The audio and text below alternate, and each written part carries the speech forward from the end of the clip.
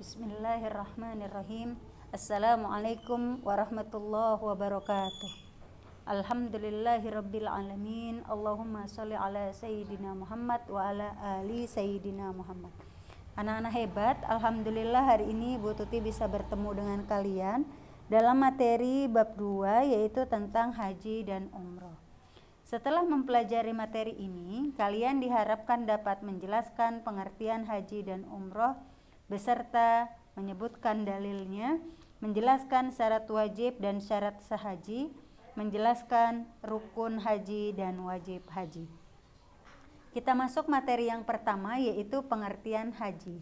Haji secara bahasa berasal dari kata haja, yaitu berziarah ke, bermaksud menyengaja menuju ke tempat tertentu yang diagungkan. Sedangkan secara istilah, haji adalah menyengaja mengunjungi Ka'bah atau Baitullah untuk mengerjakan ibadah yang meliputi tawaf, sa'i, wukuf, dan ibadah-ibadah lainnya untuk memenuhi perintah Allah Subhanahu wa Ta'ala dan mengharapkan keridhoannya dalam waktu yang telah ditentukan. Mengenai hukum haji adalah wajib ain, sekali seumur hidup bagi seorang muslim yang telah mukallaf dan mampu melaksanakannya. Seperti yang disebutkan dalam surat Ali Imran ayat 97, A'udzubillahi minasyaitonirrajim. Bismillahirrahmanirrahim. Walillahi 'alan nasi hijjul baiti man istata'a ilaihi sabila. Wa man kafara fa innallaha ghaniyyun 'anil 'alamin. Dan mengerjakan ibadah haji adalah kewajiban manusia terhadap Allah bagi orang yang sanggup mengadakan perjalanan ke Baitullah. Selain itu adalah hadis yang diriwayatkan oleh Rasulullah sallallahu alaihi wasallam. Al-hajju marratan, faman zada fahuwa tatawwu. Haji yang wajib itu hanya sekali. Barang siapa yang melakukan lebih dari sekali, maka selanjutnya adalah sunnah. Hadis riwayat Abu Dawud, Ahmad, dan Al-Hakim. Mengenai syarat wajib haji itu ada 5, yaitu beragama Islam, berakal sehat, baligh, merdeka, kuasa atau mampu. Kuasa atau mampu di sini bisa mencakup beberapa hal, yaitu seperti ada biaya untuk pulang dan pergi, ada biaya atau keuangan untuk orang atau keluarga yang ditinggalkan. Yang ketiga ada kendaraan. Yang keempat aman dalam perjalanan, dan selanjutnya adalah ada mahram.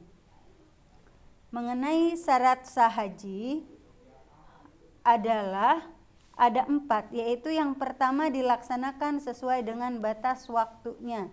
Yang kedua dilaksanakan secara berurutan. Yang ketiga memenuhi syarat-syaratnya.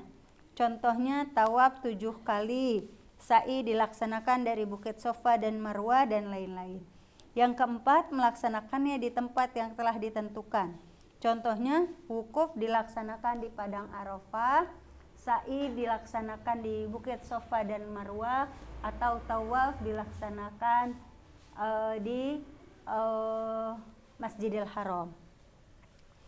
Perbedaan antara rukun haji dengan wajib haji kita harus ketahui sebelum kita membahas tentang macam-macam atau ada berapa wajib haji dan rukun haji. Perbedaan antara rukun haji dengan wajib haji adalah yaitu jika rukun haji itu jika ditinggalkan maka hajinya tidak sah dan harus mengulang pada tahun-tahun berikutnya, atau dengan kata lain sama dengan dia belum berhaji. Sementara wajib haji jika ditinggalkan maka hajinya tetap sah tetapi terkena membayar denda atau dam, di mana jenis dendanya tergantung dengan apa yang ditinggalkan. Kita lihat tabel berikut ini, ada rukun haji dan wajib haji. Rukun haji terdiri dari 6, yaitu niat, wukuf, tawaf, sa'i, tahallul, dan tertib. Sementara wajib haji itu ada terdiri dari 7, yaitu ihram dari mikot, meninggalkan perkara-perkara yang dilarang dalam masa ihram atau muharramat.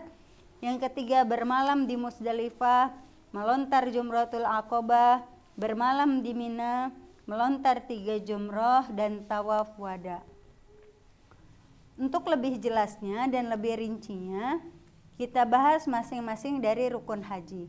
Yang pertama adalah ihram, yaitu berniat memulai mengerjakan ibadah haji ataupun umroh, di mana setelah seseorang berniat untuk berihram, maka semua larangan haji sudah berlaku di dalamnya.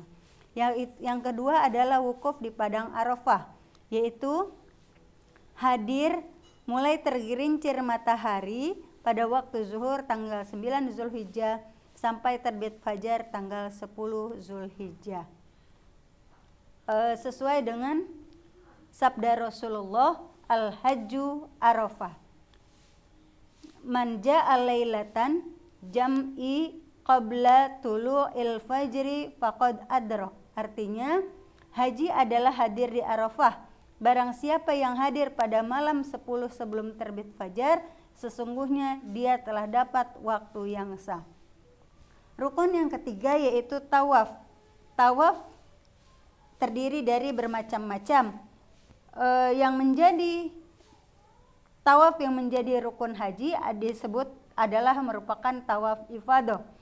Sementara macam-macam tawaf itu banyak sekali, yaitu tawaf kudum atau biasa disebut dengan tawaf selamat datang, dilakukan pada saat sampai di Makkah, sebagaimana sholat tahiyatul masjid.